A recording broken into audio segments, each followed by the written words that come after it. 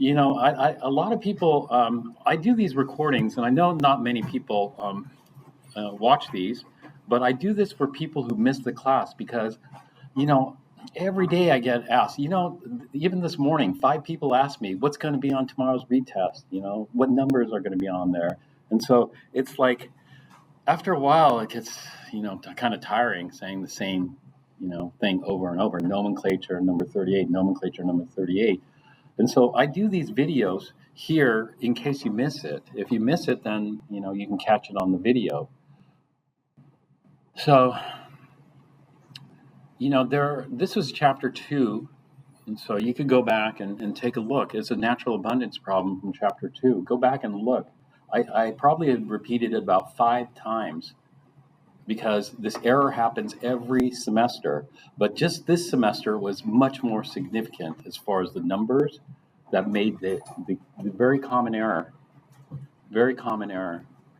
And it go back to that whole thing about abundances and that kind of thing. And if you check out the video, I probably said it about 5 times about the most common or one of the most common errors with those. But since about 90% of the class made that error, then maybe it didn't stick, and so you could find out. But just make sure the units cancel. If on this retest, if you just don't even have any units, and lots of people don't like units for some reason or other, and if you don't have any units, a lot of people don't have any units and they seem to get the right answer. I mean, even if you make this error, you kind of get the right answer because the precision of the calculation isn't so high. It's kind of qualitative because of the certain factors in it. But anyway, that's the biggest hint I'm going to give you. This isn't really. It's less. It's about the question still, but I'm not really asking for answers. But it's just because the wording on it was a little bit weird when it came to the X in the tutorial. I don't know. What was that asking for or about? What was with the X equals 16, 17, or 18? That means you could have any oxygen in there. This was there are 4 points I was looking for in that problem. One of them was that when you have 16, 17, and 18, I'll give you this hint, maybe, or maybe not.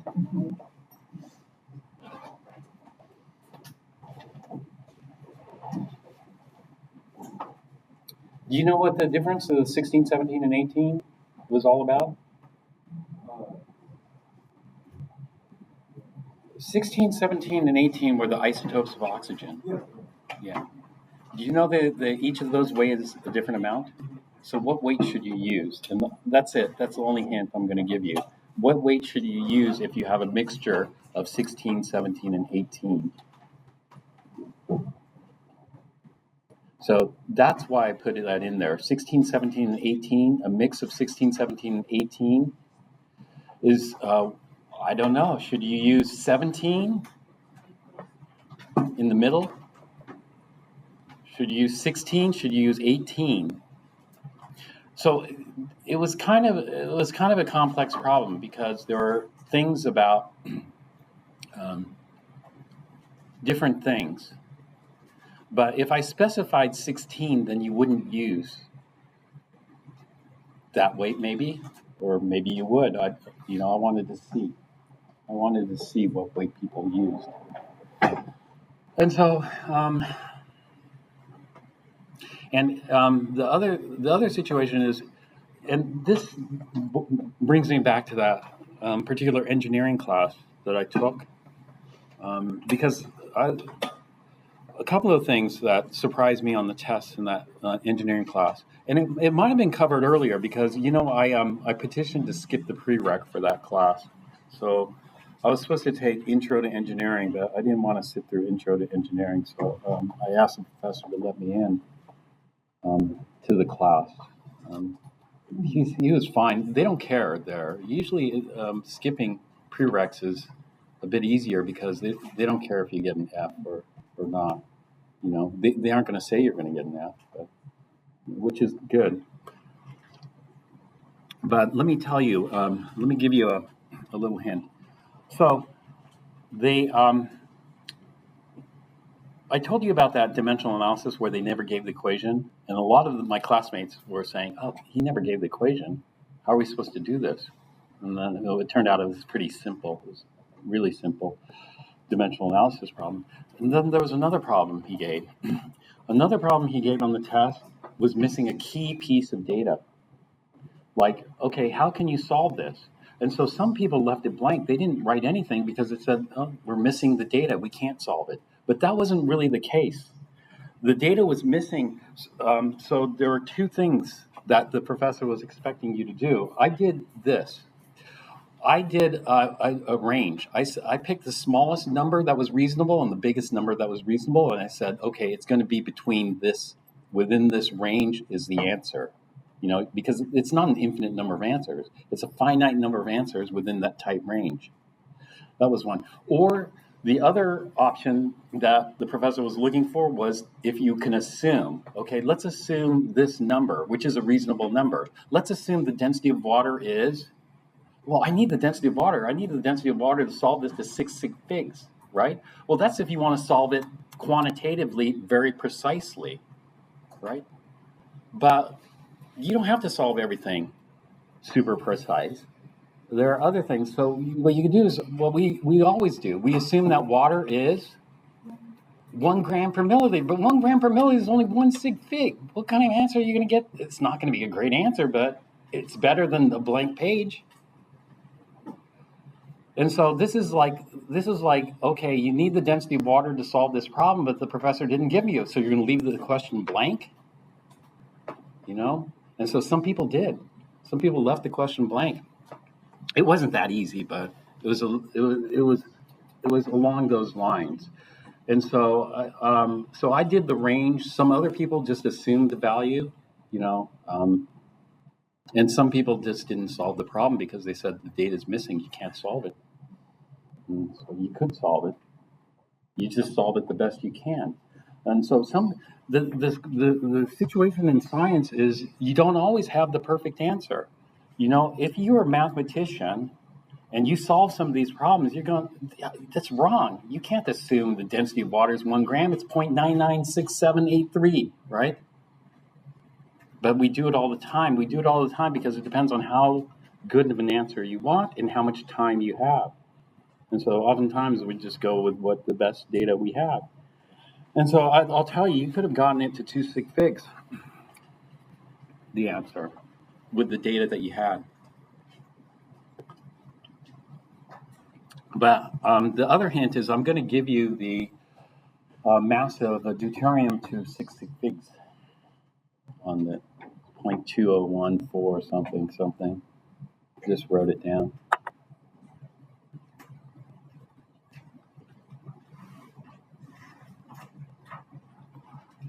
No surprises here. So I just wrote the deuterium mass to 7 sig figs, 7 sig figs. But you should have known it to at least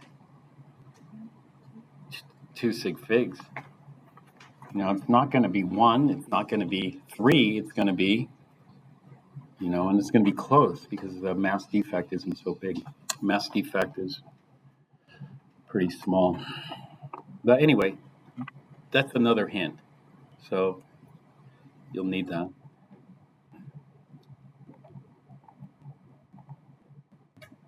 Well, just try to figure it out. You know, this X is just the isotope. This is a naturally occurring mixture of oxygen. Here, 16, 17, 4, 18. So naturally occurring oxygen, and we have a lot of it. So what do you do in that case? Well, try to figure it out.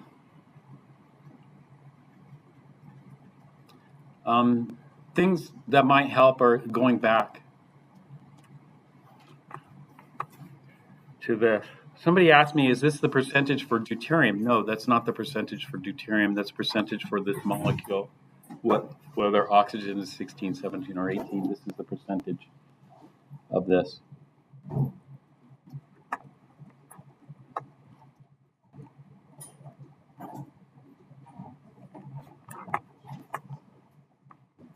All right, so that's a preview.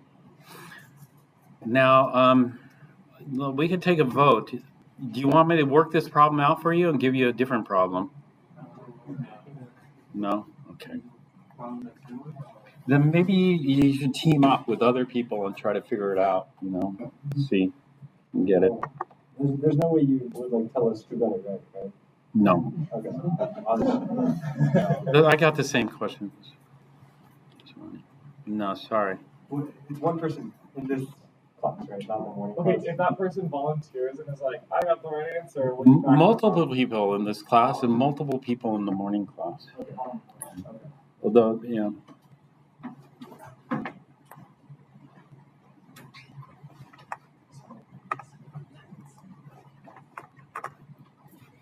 did not make this particular common error, which was,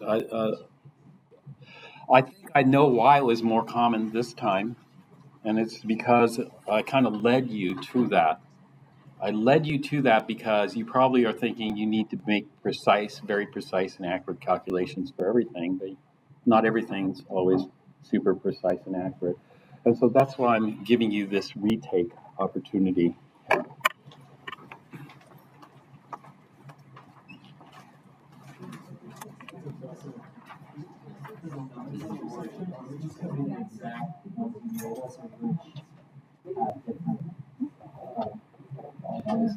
I didn't even change the order. It's the exact same. All I did was I copied and pasted it there. That was it.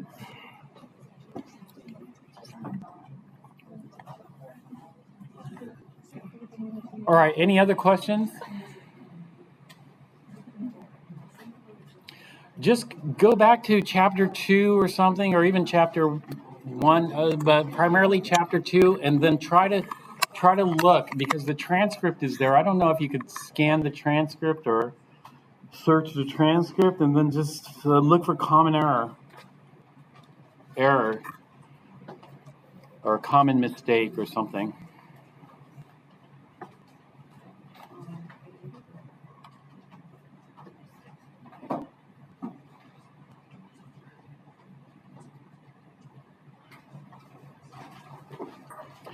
All right, I got to continue on with chapter 5 here.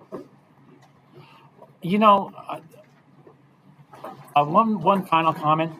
If you can't figure it out by tomorrow morning, just do what you did before. I'll give you partial credit.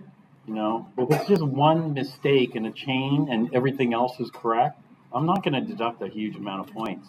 I just didn't assign points on this one because too many people, like I said, made the same mistake. So maybe something, was wrong with it. So no curve. What's that? So no curve. What do you mean by curve? Oh, like on the grading scale.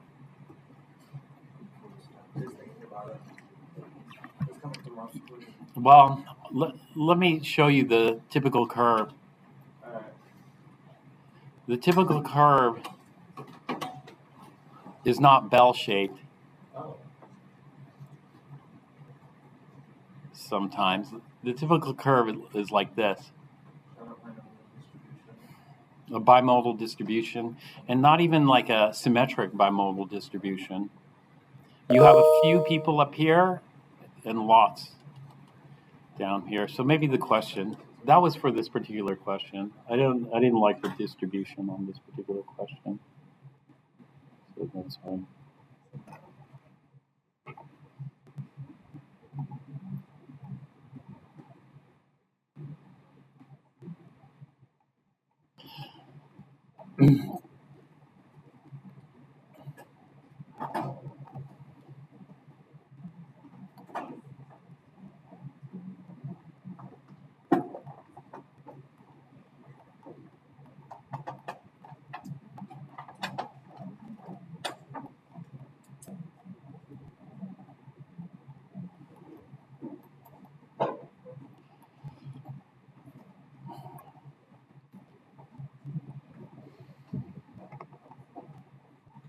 Uh, One final comment on this.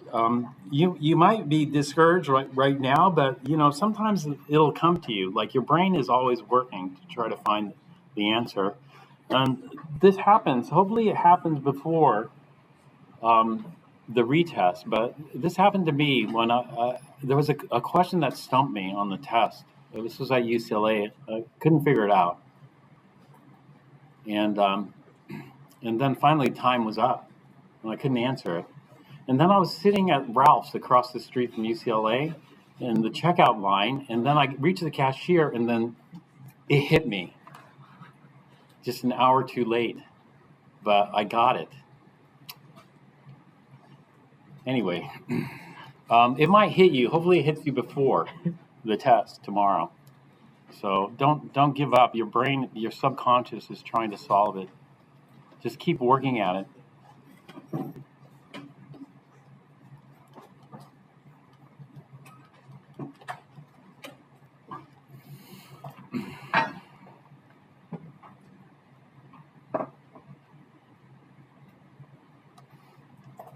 So we have these as the reactants here. We're just continuing. Is this where we left off last time? Okay, copper is a reactant here. But what I had to do was I had to reverse the equation on the chart. So if I take a look at the chart, I have copper as a product here. But the reactant is copper 2 plus. I don't have any copper 2 plus in my inventory. So what I'm going to do is I'm going to flip this equation so that copper is the reactant and copper 2 and 2 electrons are the product.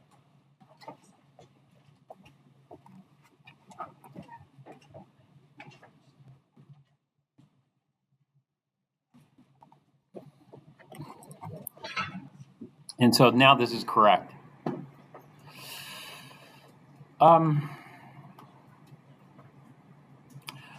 These are called half reactions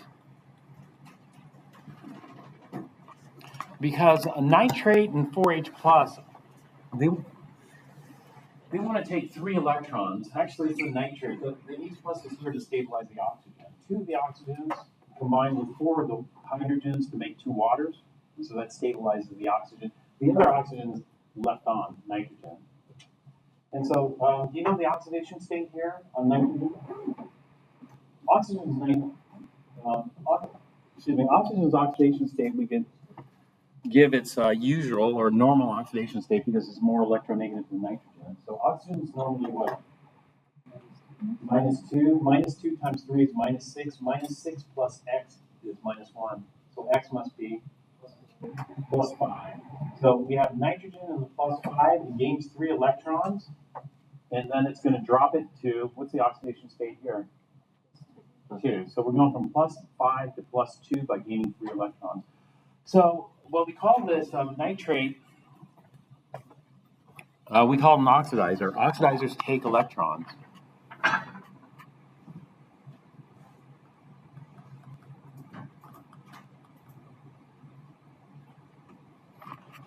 All right, so nitrate and H plus will oxidize something. What are they going to oxidize? Well, they're going to oxidize copper. As copper is going to become oxidized, that is, it's going to lose electrons here to form copper 2 ions. And in this reaction, it goes from 0 to +2, losing 2 electrons. And so we call these half reactions because we don't have a bottle or a jar of electrons. The electrons have to come from something else. And that something else we're specifying here, which is copper. And so this is a half reaction as well because the copper is losing electrons and it's got to lose electrons to something else. And that something else is nitric acid over there, nitrate and H plus. So copper is the reducer.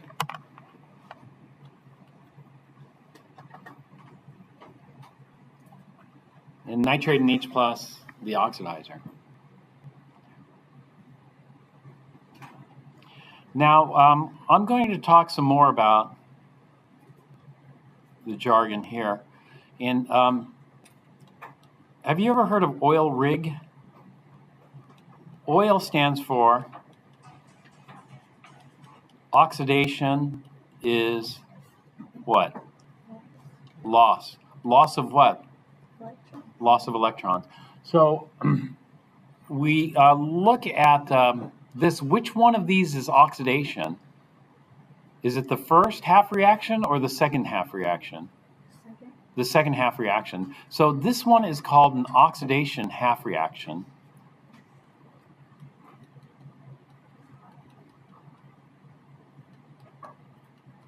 And what we say is that copper was oxidized. Copper was oxidized by the oxidizer. But the oxidizer is not oxidized. You know what happens to the oxidizer? It's reduced. So we have RIG. Reduction is gain. And so nitrate and H+, that gives us our reduction half reaction. So we always need oil rig. Oil on the right here, rig on the left. Oil rig. We can't have oil oil or rig rig. Oil oil, you know, nobody's taking those electrons and you can't follow them up. And so it's not going to work. Or rig rig, you know, both species want electrons. It's not going to happen. Somebody has to give up. And so it's got to be oil rig. Always.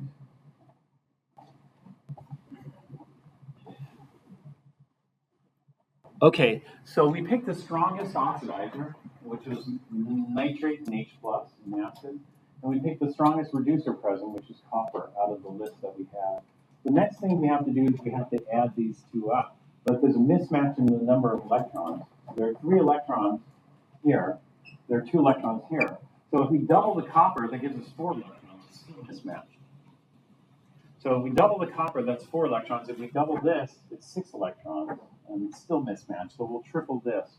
In other words, the easiest thing is just to cross multiply. And so I'm going to cross multiply here, multiplying the first reaction by 2. So I'll need 2 nitrates, and that's going to give me 8 H plus 6 electrons, gives me 2 NO and 4 H2O. And then the second reaction I'm going to triple. So that's 3 coppers, gives me 3 copper 2 plus 6 electrons. Now the electrons are balanced. So we have 6 electrons being consumed and 6 electrons being lost. We can't have free electrons left over because those are terribly unstable. All right, next, we're going to combine the 2 half reactions to make the net redox reaction. So I'll just add everything on the left from both equations. 2 nitrates plus 8 H plus 6 electrons plus 3 copper solids. This is going to produce 2 NO gas plus 4 H2O liquid plus 3 copper 2 ions plus 6 electrons. All right, then we simplify. We simplify like we do in net ion equations. We just cancel out the spectators. Although the electrons are not spectators, you know, 6 electrons are consumed, 6 electrons are lost. In the equation, we'll cancel them out. But before I go too far, I need to look and see if there's a driving force, because I don't want to spend a lot of time cleaning up this reaction if there's no driving force. So in order to determine the driving force, we're going to have to label the oxidizer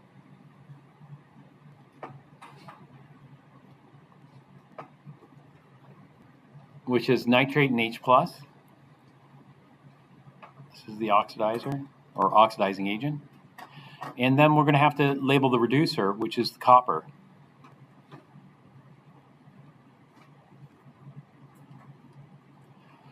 All right, then what we have to do is we have to envision this reaction going backwards.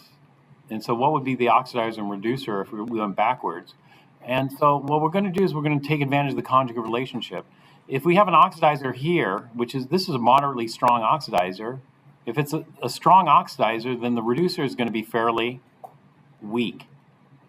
its conjugate. There's a seesaw relationship here. So NO and H2O is the conjugate reducer of nitric acid. So NO and H2O, this is our reducer, or reducing agent. Copper, that's supposed to read reducing agent.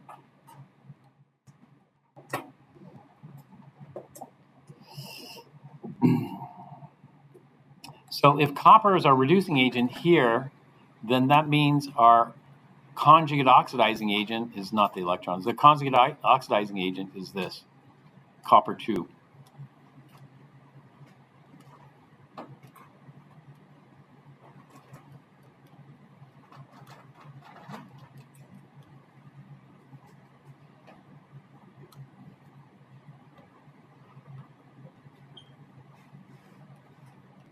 Then pick one. All you need to do is either the oxidizers or the reducers, whichever is easier.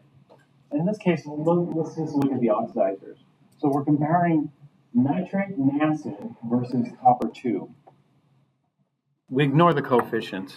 It just tells us the right stoichiometric ratio.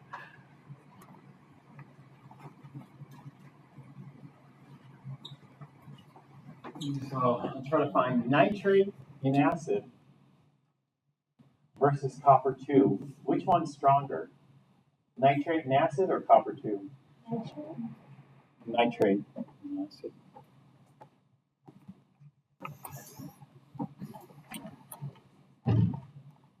So we have driving force here. The driving force is going from stronger oxidizer to weaker oxidizer.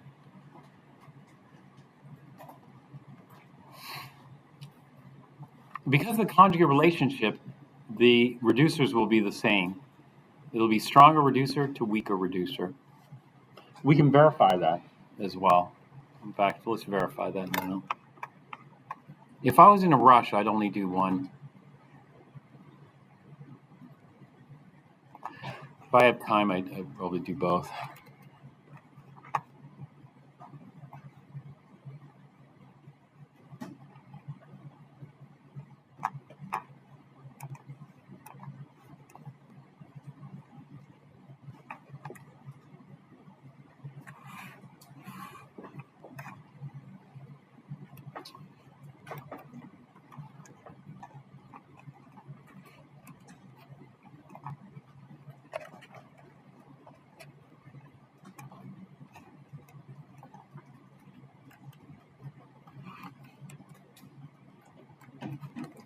Need some more pages here.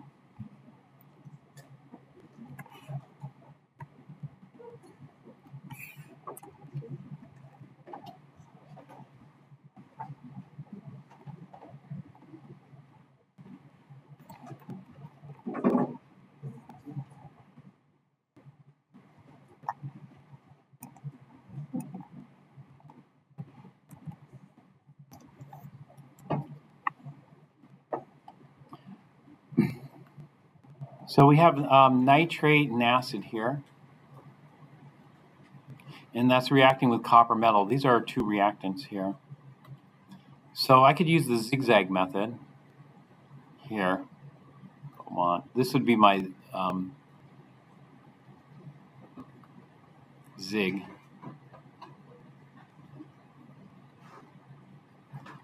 So nitric acid attacks copper. What forms?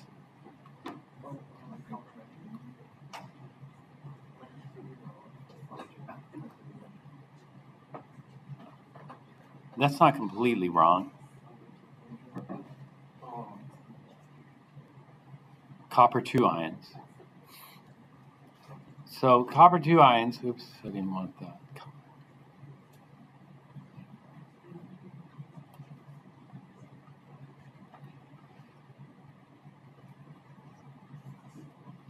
Copper 2 ions, well, that's simple. That's going from a stronger oxidizer to a weaker oxidizer. That's down here.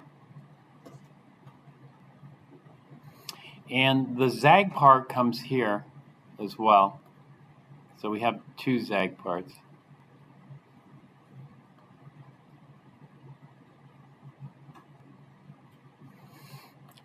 And so we're going from copper to NO. If we go from copper to NO, is that uphill or is that downhill? It looks uphill, but it's downhill. This is a stronger oxidizer to weaker oxidizer, because on the right side of the chart, we live in an upside down world. And so that's it. And so we have our driving force. Oops. Stronger to weaker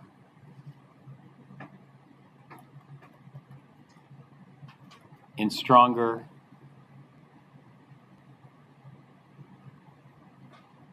to weaker.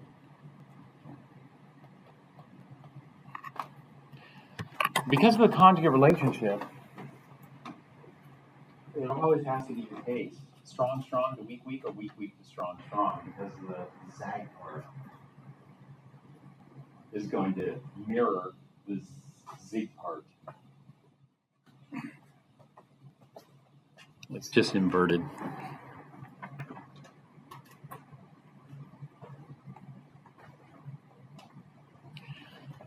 All right, since we have driving force, let's go ahead and rewrite this and just clean it up here. So I have my two nitrates, 8H plus 3 Cu solid goes to 2 NO gas plus 4, actually was it 4 H2O, did I get that right? Yeah. 4 H2O liquid plus 3 Cu2 plus.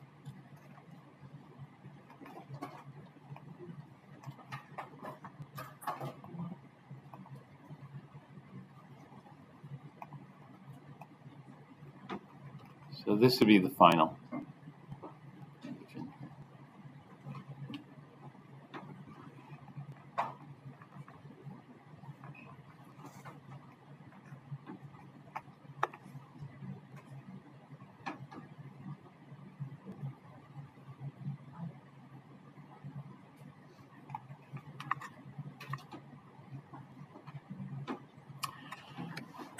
When we check our equations, obviously if we could check the solution in the manual, that would be nice. But what do you do if there's no solution in the manual? Well, you do things like make sure the units cancel, double check your calculator input. Well, here we have no units. Here we don't punch in the calculator. So what we do with equations like this is we make sure the atoms are balanced. So I have two nitrogens, 6 oxygens, 4 oxygens plus 2 oxygens give me 6 oxygens. 8 hydrogens, 4 times 2 is 8 hydrogens, 3 coppers, 3 coppers. So the atoms are balanced. Then we check if the charges are balanced. So over here I have 2 negative charges, minus 2, 8 positive charges. So minus 2 plus 8 is plus 6. This is neutral. Over here, 0, 0, 3 times 2 is plus 6. So plus 6 on the left, plus 6 on the right. So this is balanced. So at least I know it's balanced. I might have screwed up with the driving force or something else, but at least I got this far. So, this is partial credit for sure if something else is wrong. But this is the correct answer here.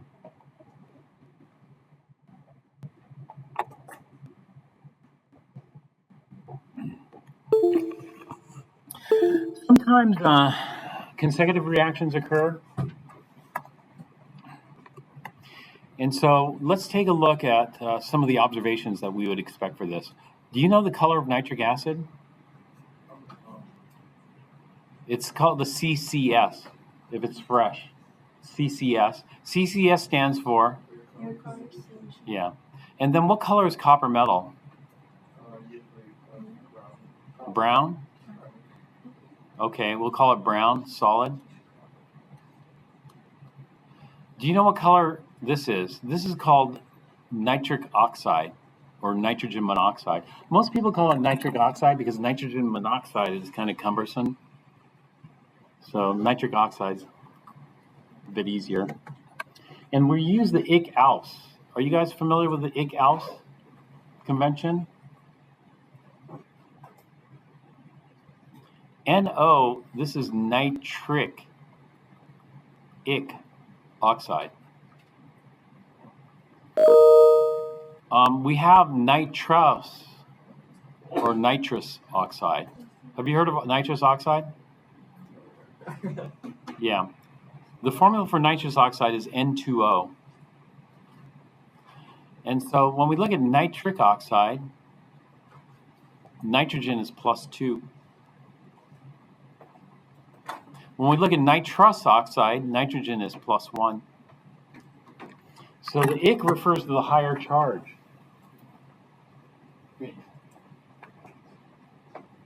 And the Aus refers to the lower charge. +1. But is +2 the highest charge on nitrogen? No. We have +3 nitrogen. So what would you call +3 nitrogen? I'd probably call it per nitric acid, maybe, or per nitric oxide. What do you think? Hyper? Per nitric oxide? But +3, is that the highest? No, because there's something even higher. What's higher?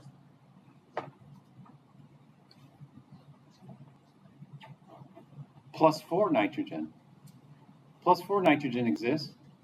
What should we call +4 nitrogen? Maybe per nitric oxide? Yeah. And then the highest charge on nitrogen is +5. And maybe we need to come up with new names for this, right? And so that's a major failing. There are just two, and so we start running out. No, if you have +4 nitrogen, it's NO2. We call it nitrogen dioxide.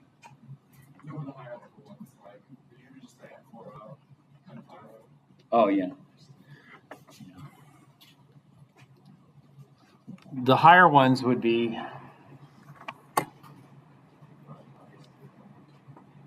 N2O3, NO2, N2O5.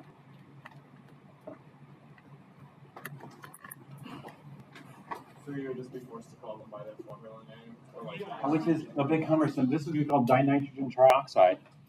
Or other people do nitrogen Roman numeral 3 oxide. This one would be called nitrogen dioxide or nitrogen Roman numeral 4 oxide. They use the ionic nomenclature for that. And then this one would be dinitrogen pentoxide, which would be nitrogen Roman numeral 5 oxide. There's a lot of different names associated with this, but we're not going to learn all the names. Oops.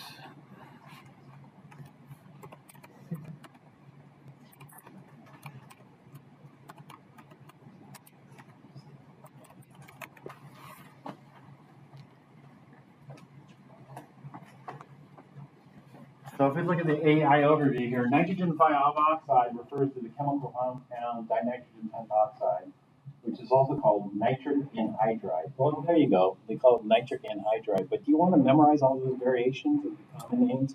It's too much. what's a solid?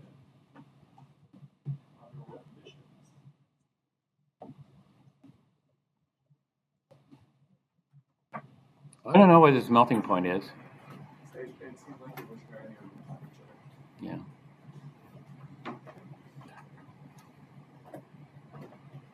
What is that? Supplies?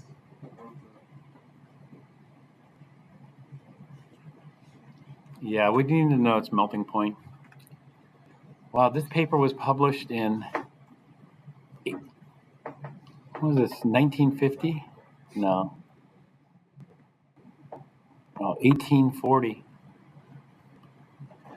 Probably the oldest paper I got a copy of was one from 1890 something. It's published in the American Chemical Society, Journal of American Chemical Society, which started in the 1800s. Yeah, it's amazing. how old does a paper have to get before you can't really cite it anymore, respectively? Besides, like, No, the people are citing papers old. When I was applying to graduate school, they a lot of schools required a reading knowledge of German because they wanted you to search some very old German papers that were like from the 1700s and what was stuff Principia like written that. What's that? in? What was Principia written in? English, I think. Yeah. But a lot of chemistry was in German in the turn of the century, the turn of the 20th century. Makes sense. A lot of the names you see that's Yeah, yeah. But I ended up going to UCSB, which didn't have what we had to do was we had to get a paper and then translate it using a ink dictionary. So it wasn't hard. It wasn't hard. That was a language requirement. Now the language requirement's gone. Everything's in English. And then when I was at UCB, I had to get some Russian papers, some French papers, then they were written in Russian and French and stuff. But there was this guy there who translation was his hobby. He worked in the stockroom, but he translated all the papers, and then he did a really great job translating. So I just gave him the papers, and he translated all of them. It was very nice.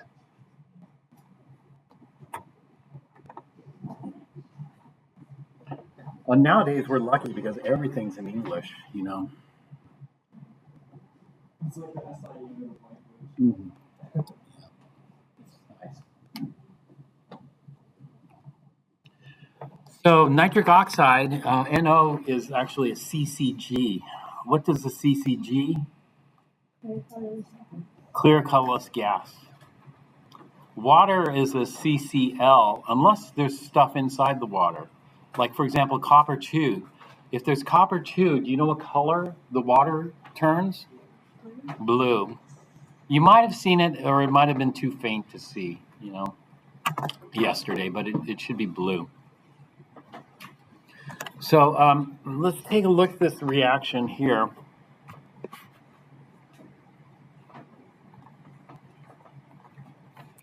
This is just copper and nitric acid.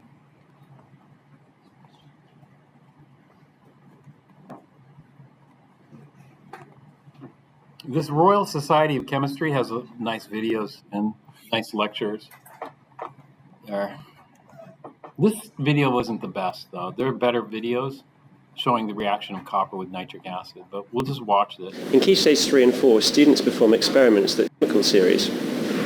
There's some copper, looks like copper turnings at the bottom of the test tube here. So when it gets to A level, it makes sense to show students that copper will actually react with some acids. In fact, its reaction with nitric acid can be particularly impressive, as we'll see here. There's more to an acid than a bunch of dissolved protons, after all. So this experiment is a twist on a classic. You'll need 5 grams of copper turnings, and 40 milliliters of concentrated nitric acid, and a 1 litre borosilicate flask. Round bottoms is preferable, as you can see the reaction better, but if you need to get a thick-walled borosilicate flask, a Buchner flask may be a suitable alternative. Immediately we begin to form NO2 gas above the copper nitrate that's formed. Flask. Round bottoms is preferable, as you can see the reaction better, but if you need to get a thick-walled borosilicate flask, a Buchner flask may be a suitable alternative. Immediately we begin to form NO2 gas above the copper nitrate that's formed.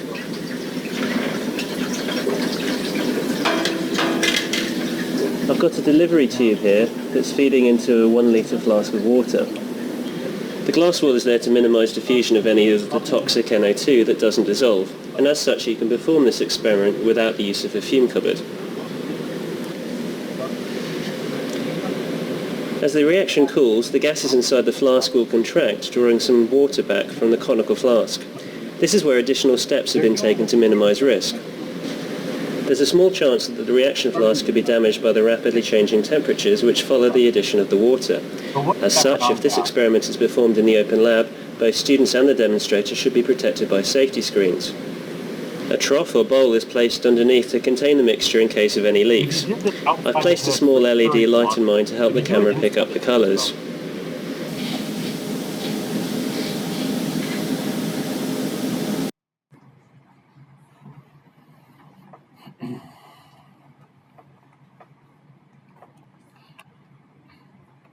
So what happens is this: there's no brown gas.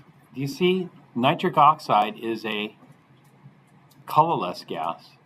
And so where did that brown gas come from?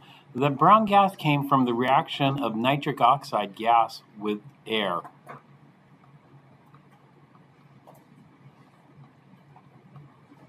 And this forms nitrogen dioxide gas. Let me balance this.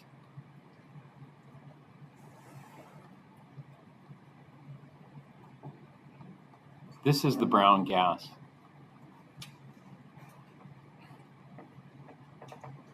Nitrogen dioxide.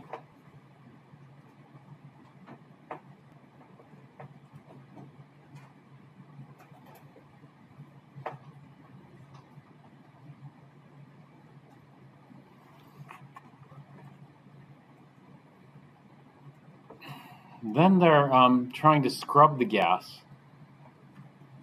And so that brown gas, they're feeding into water. And they're converting that into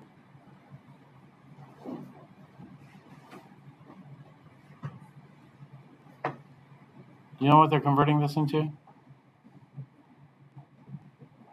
Nitric acid.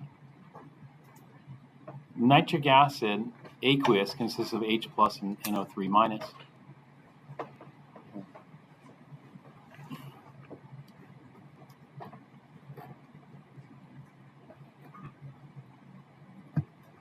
So what's happening in this reaction here? This is the scrubber.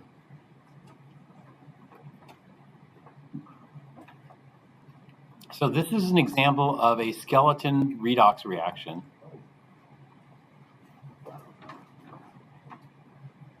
It's redox because we see a change in oxidation state. What's the oxidation state of nitrogen in NO2? +4.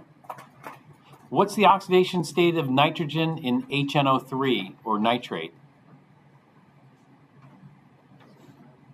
+5. Let's max that. So this is a redox.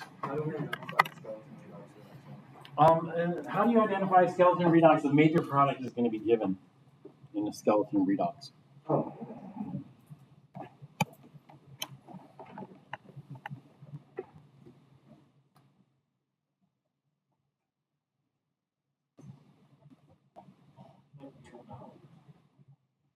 No.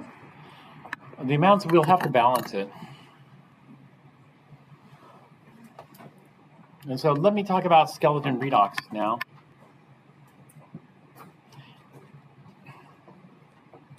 The method involves separating the skeleton redox into skeleton half reactions.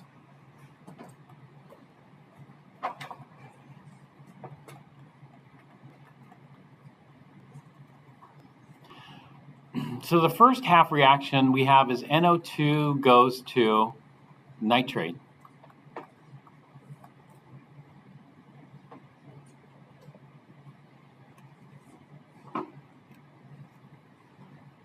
And so let's analyze this one. In skeleton redox, what we do is we balance all elements other than oxygen and hydrogen first. And so that leaves nitrogen. We have one nitrogen here on the left and one nitrogen on the right. So it's already balanced. We don't have to do anything. If it wasn't balanced, we'll change the coefficient on one side or the other. After we balance the nitrogen and any other atoms or elements that are not oxygen or hydrogen, then we balance the oxygens. I have 2 oxygens on the left and 3 oxygens on the right. So the oxygens are not balanced. But the way we balance them is kind of funny. Do you recall how we balance oxygens in skeleton redox? We don't add O. I'd like to add one O over here. We're not going to add O.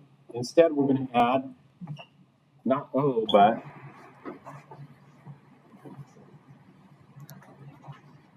but H2O.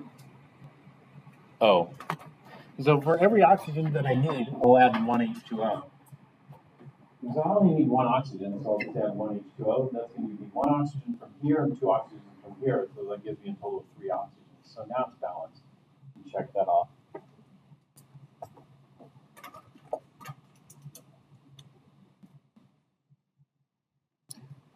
Do you know what element I balanced next?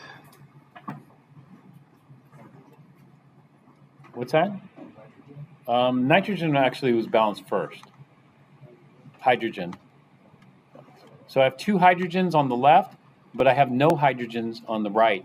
Do you know how I get those to balance? I add H+. So I'm going to add two H+ to the right, and that will balance out the hydrogens. And then finally, I balance the charge. And so what I do is I sum up the charge on the left and right. So NO2 is neutral, H2O is neutral, so I have zero charge on the left, and then NO3 has a negative charge, and then I have two H pluses. So -1 plus 2 gives me +1. And the way I balance it is by adding negative electrons, that is, negatively charged electrons. And so I'll need to add one electron. And so I have a +1, -1, that gives me 0. And so 0 and 0. It doesn't have to balance out to 0. All right, so that was the final step. And then I'm going to add everything up on the left and everything on the right. And so I have NO2 plus H2O yields NO3 minus plus 2H plus an electron. Is this my oil or rig? The reaction at the bottom. Is that an oil or is that a rig? That's the rig? Is that oil? It's rig? Rig? We need some consensus. Oil? Anybody else for oil? How about rig? Huh? You're in, okay. There's only, it's a 1-to-1. You'll go rig too. Anybody else? I got it. I'm sure you got it. Well, rig stands for what? Reduction is gain. And oil stands for is loss. So are the reactants losing electrons or are they gaining electrons going left to right? They're gaining electrons? So, well, actually, let's think about this here. What's the oxidation state of nitrogen in NO2? +4. What's the oxidation state of nitrogen in NO3 minus? +5. So to go from +4 to +5, do we gain electron or do we lose electron? We lose. Yeah. So here it is. Yeah. So yeah, this is oil. And so we call this the oxidation half reaction. Half reaction? Yeah. It's half because this electron is hanging here. This electron can't be hanging here. We can't have electrons by themselves. It's like small children or something like that. You can't do that. They always have to be accompanied by something. So that electron has to go somewhere. Yeah, so this is the oxidation half. What do we need? We need a reduction half. And the reduction half, so something oxidized this. And so we got to figure out what the oxidizer was. And so what else do we have present in this mixture? It looks like I have H2O present in this mixture. And so maybe it's the H2O. H2O goes to question mark, because we don't know what it is. But we don't have to worry. When we have hydrogen and oxygen, they balance themselves in the skeleton redox method. So let's see how it would balance here. Oxygen would be balanced first. So we have one oxygen on the left and no oxygens on the right. So what do? We add a H2O. Then we balance out the hydrogens. I have 2 hydrogens on the left and 2 hydrogens on the right. And then we balance out the charge. I have 0 charge on the left and 0 charge on the right. Does that look like a reaction to you? It's like H2O goes to H2O. So nothing changed. Nothing happened. I have permission to use the answer. Yeah. You don't get to give me permission, he does. We can't we have just electrons? Cathode ray? Question mark? Can you take a bottle or jar and capture the cathode rays? If you could capture the cathode rays into a jar and then seal it, and then we could go to the chemical supply company and buy it, then you can have free electrons. Then we'll just pour electrons as needed or take them as required. And so the problem is no, if you had free electrons, it would create such a huge voltage. Even a small number of electrons, let's say you walk across a carpet with like rubber shoes or something, you generate some static electricity. That's not that many electrons. So when you have something like a cathode ray, that's considered particles? Cathode ray is a beam of electrons, yeah. But, okay, we could have that beam of electrons, but eventually the problem is where does that beam of electrons end up?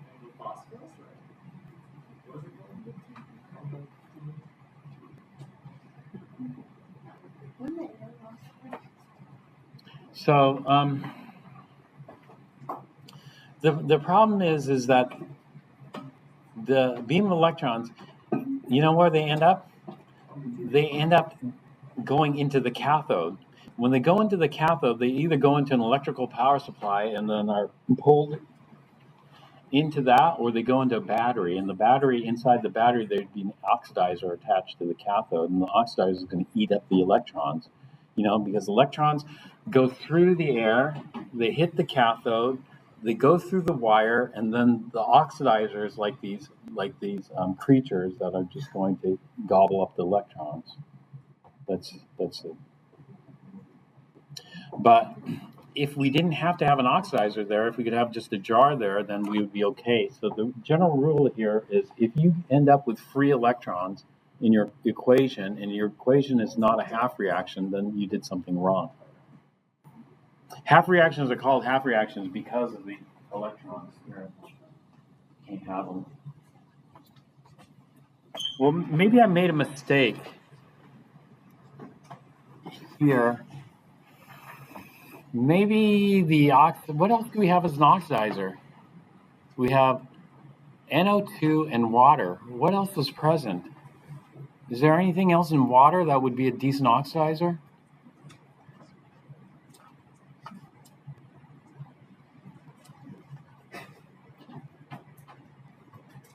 Can you think of anything?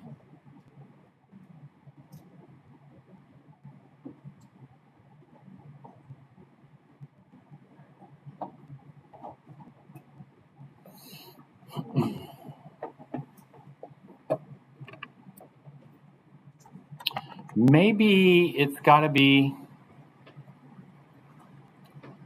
O2. Maybe some O2 gets in there to oxidize it. So O2 is going to go to something blank.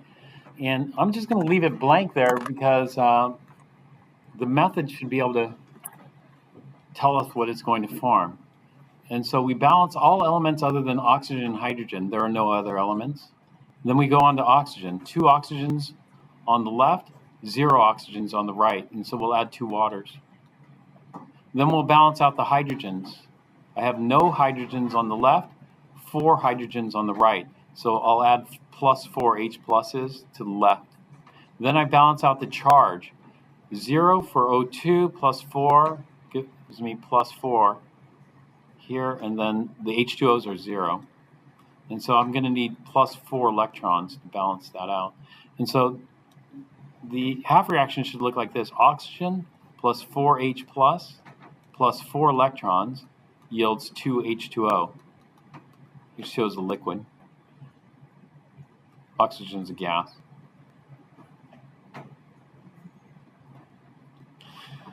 So this could be the other half reaction. And when we look at this half reaction, we'll check its balance. 2 oxygens, 4 hydrogens, 4 hydrogens, and then look at the net charge.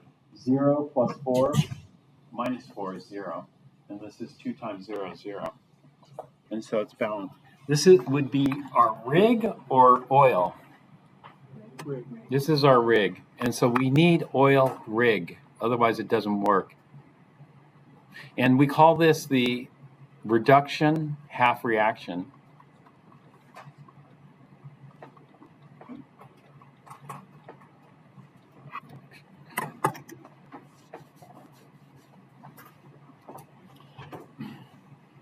This reduction half reaction might look familiar because if we go back to the chart,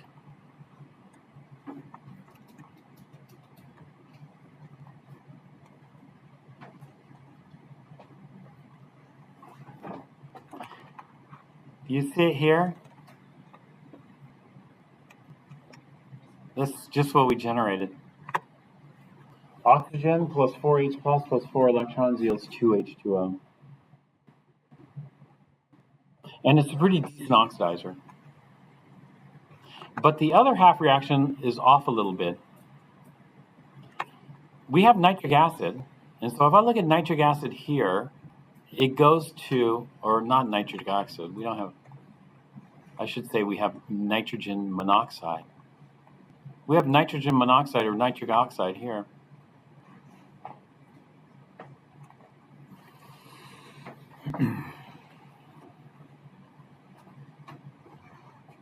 NO.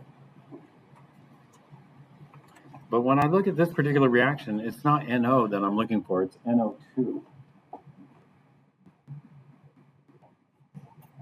So I have nitric acid here. Nitric acid plus 4 electrons here. 4 nitrates plus 8 plus 4 electrons is 4 NO2. So this half reaction, if I reverse it, is very similar to this half reaction.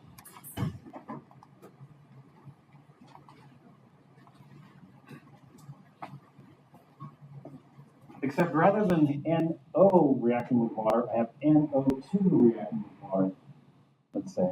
And so NO2 and water, it gives me nitrate, 4H pluses, and a different number of electrons, 4 electrons. But here, I have to take a look. There are certain things I can do as far as ranking goes. So both of these are the same, but the difference is between NO and NO2.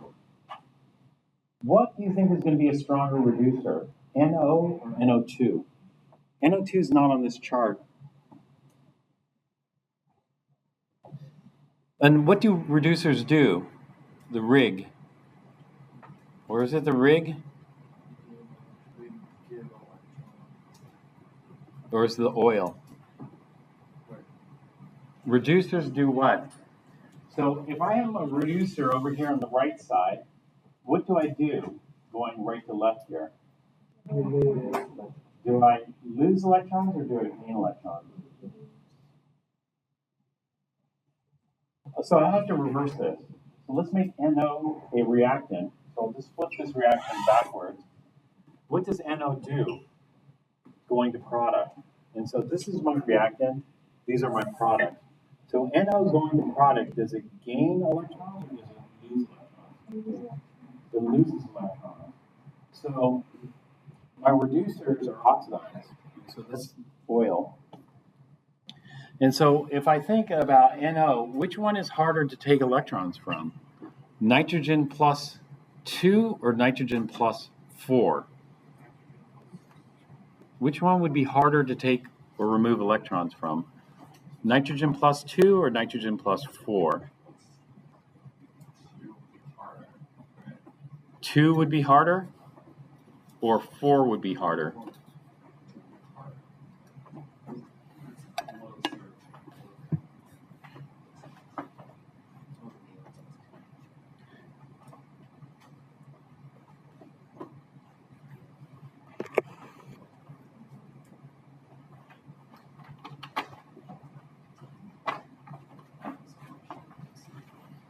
Um,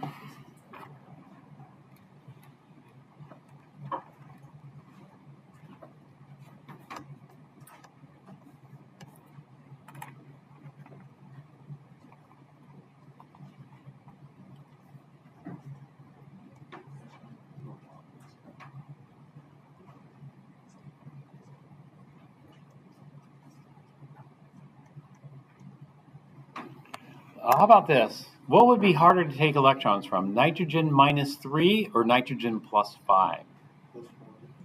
Plus 5 would be harder to take electrons? Okay, plus 5 will be harder to take electrons from. In fact, plus 5 would be near impossible because it takes too much energy because we would be trying to remove a core electron. That would give us nitrogen plus 6. So you're right. So nitrogen, what about nitrogen minus 3 versus nitrogen plus 4? Plus 4 is going to be harder. And so what we say is nitrogen minus 3, this is electron rich. And so that'll be easier to remove electrons than nitrogen plus 5, which we say is electron poor. Electron poor species are harder to take electrons from. In terms of energy, it's about double. So do you guys remember ionization energy? Ionization energy is the amount of energy required to strip an electron off. And so the first ionization energy, let's say, costs you anywhere from 500 to a couple of thousand kilojoules per mole. And so we get plus 1. The second ionization energy, to go from plus 1 to plus 2, is going to cost you about double the first ionization energy. It gets increasingly difficult. And so going from plus 2 to plus 3 is going to be about another doubling in terms of ionization energy. And so the ionization energy successively increase. The higher the positive charge, the more difficult it is to remove an electron. And so what's a better reducer? The better reducer is the species that's easier to remove an electron from. And so if we're comparing NO versus NO2, that's looking at plus 2 versus plus 4. Which one do you think is going to be easier? Going from plus 2 to plus 3 or plus 4 to plus 5?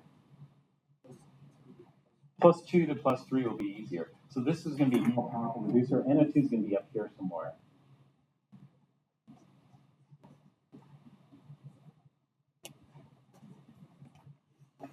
Well, the reason I'm bringing this up is because we need to combine these and we need to find the driving force. And so before I combine them, I'm going to look at the conjugate relationship. So NO2 and H2O, is that a reducer or an oxidizer? It's a reducer. And that means nitrate and H plus must be its conjugate oxidizer. So two ways to tell. One, reducers lose electrons. And so NO2 and H2O will be losing electrons. Two, oxidizers gain electrons. So if we look at these as being reactant now going backwards, it's taking an electron here. So that's the conjugate relationship. And then over here, O2 and H plus, that's going to be my oxidizer or reducer? Oxidizer. Oxidizers take electrons. And H2O liquid will be my reducer. All right, now I'm going to combine these two equations. But I need to make sure the electrons cancel. To make sure the electrons cancel, I'm going to cross multiply. So I'm going to multiply this one by 4.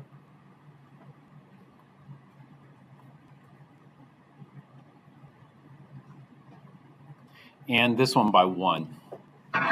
And so I have 4 electrons lost, 4 electrons gained. Now I'm going to combine these two to make the net redox reaction. So I'll take the oxidation half reaction and combine it with the reduction half reaction.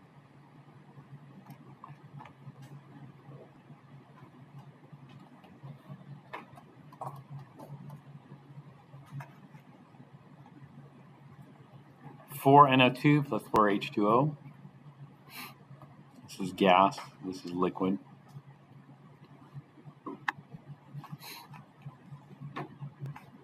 Plus O2 plus 4H plus 4 electrons. Plus O2 plus 4H plus 4 electrons. Okay, that's everything on the reactant side. Let's combine it with everything on the product side. 4 nitrate, 8H plus 4 electrons. 4 nitrate, 8H plus 4 electrons.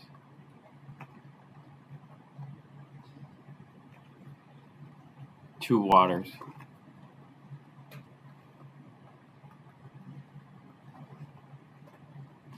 All right, now I'm going to look for a driving force. The driving force will be, okay, going from stronger reducer, stronger oxidizer to weaker reducer, weaker oxidizer. So this is my oxidizer, or this is my oxidizer reverse, this is my reducer reverse. So what's a better oxidizing agent, oxygen or nitric acid? And so we take a look at the oxidizing chart here. We have oxygen here, but this is the wrong oxygen. This is not the strongest oxygen because it produces hydrogen peroxide. This oxygen up here is stronger because it produces more stable product, water. So we're comparing oxygen in acid versus nitric acid. But the comparison is not fair here because the nitric acid does not produce NO. The nitric acid produces NO2. Since we're making a more stable product, it's harder to oxidize. It's going to bump up this. So we don't know how much it bumps it up.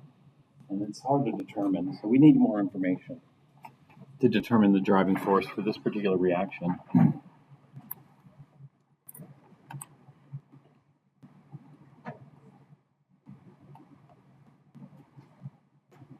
Likewise, we can compare the reducing agents, NO2 versus water. That's a hard one too. But the 4 electrons do cancel. And we'll leave the driving force as a question mark here. This is one potential reaction. Maybe there's others as well. Depending on what else is present.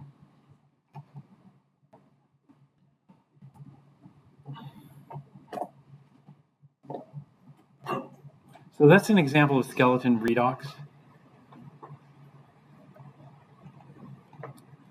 If I'm correct, that nitric acid is a major product of this, then we know there must be a driving force. If nitric acid is produced, then we could label this. If there's a driving force, then even though NO2 is not on the chart, I know this is stronger. So this would be a stronger reducing agent versus water. This would be a weaker reducing agent. That means oxygen H plus is a stronger oxidizer compared to nitrate and acid.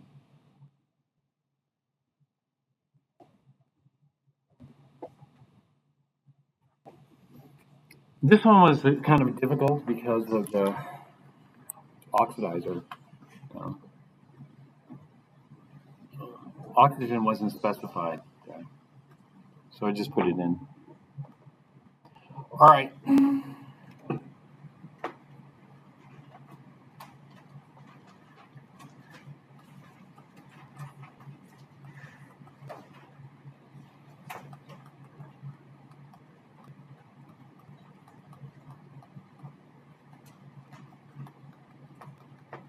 So why did single replacement fail? Single replacement predicted no reaction, but we ended up getting a reaction here. And the reason single replacement failed is because of this.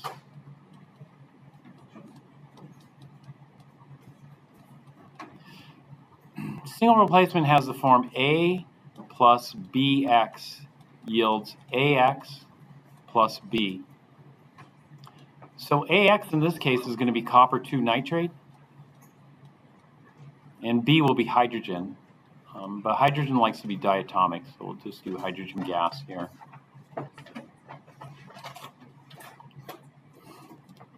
The pattern is this. A in single replacement is the reducing agent. B is the oxidizing agent. X is the spectator.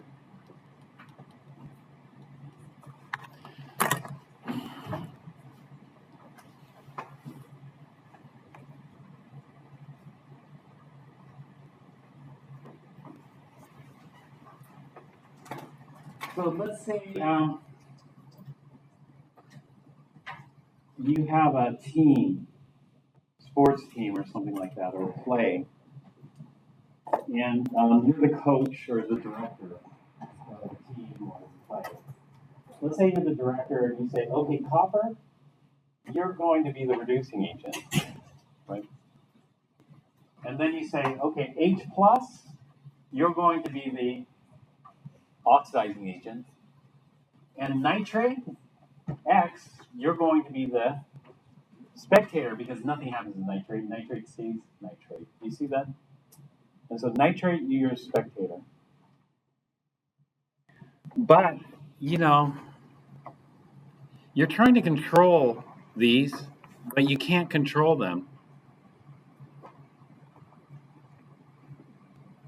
You're telling nitrate to be the spectator, and you're telling H plus to be the oxidizer.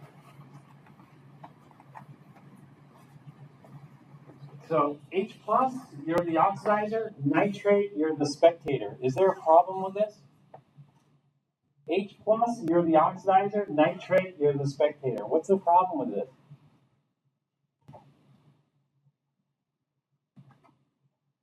Do you see the problem? Yes? No?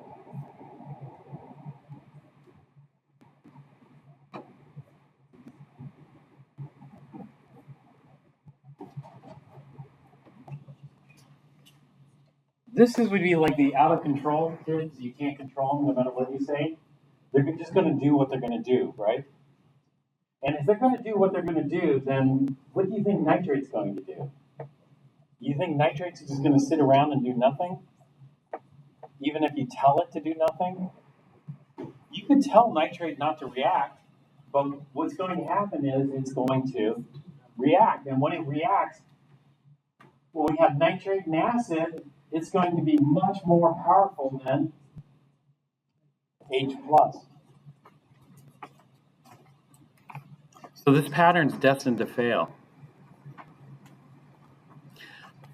Because we're telling nitrate not to react, and so no matter how much we yell at nitrate not to react, it's going to react. And when it reacts, it's going to react much more powerfully than just H plus or B alone. So you can't force nitrate to be a spectator, no matter how much you want it to be a spectator. It's not. And so this is a common failure.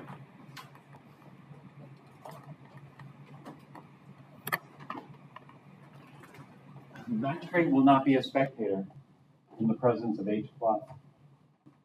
It turns out that this was misassigned. Oh, it's okay, copper is a reducing agent, but this is terribly misassigned. Nitrate should have been the oxidizer, and H plus could help it.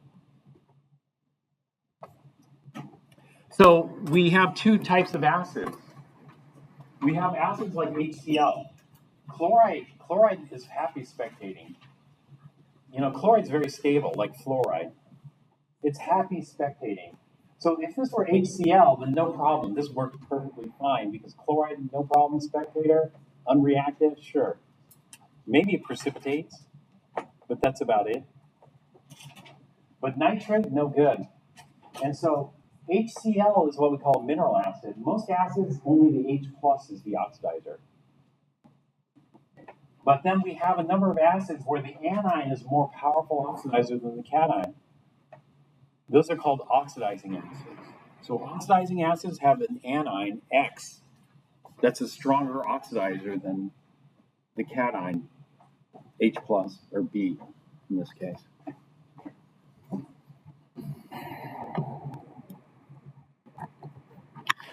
And so it was misassigned. But there are other exceptions I'm not going to talk about right now. Instead, I want you to use the last part of this class to try this problem here. How much time do we have left? 1 minute? How much is it, the 420 class or the 4 class? The 420 is The lab? yeah. Okay. Yeah, okay. I mistimed this.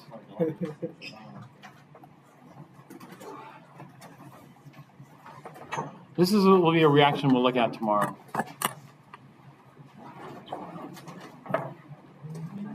Professor? Mm-hmm. Oh yeah, I'm not gonna do that for the